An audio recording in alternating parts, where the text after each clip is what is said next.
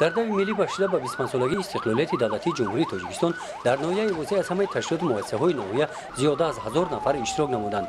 قسم زیادی اشتراکیان این چهاربینی جوانان بودند. چهاربینی مذکور شعبه کار با جوانان ورزش و سیاحی در سطح بلند ورزشی تشکیل نمود. والیبال دوی ملی با افتخارنامه‌های مقامات اجرایی حکومت دولتی ناحیه قدر کرده شدند. مقصد از گذراندن این چهاربینی عمومی ورزش و ترغیب طرز حیات سالم، جلب جوانان به ورزش و طرز حیات سالم باشد. در ورزشگاه مرکزی ناحیه باشد در این روز قسم فینالی مسابقه اوید با فوتبال برای به دست آوردن جام رئیس ناحیه که با 25مین سالگرد استقلالیت دولتی جمهوری تاجیکستان بخشیده شده بود دایر گشت. این مسابقه مدت یک ماه ادامه یافته در آن 18 دسته از جماعت‌های دهات اشتراک نمودند.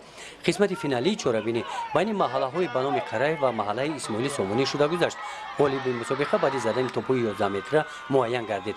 کوچه به نام اسماعیل سامانی صاحب جام مسابقه گشت.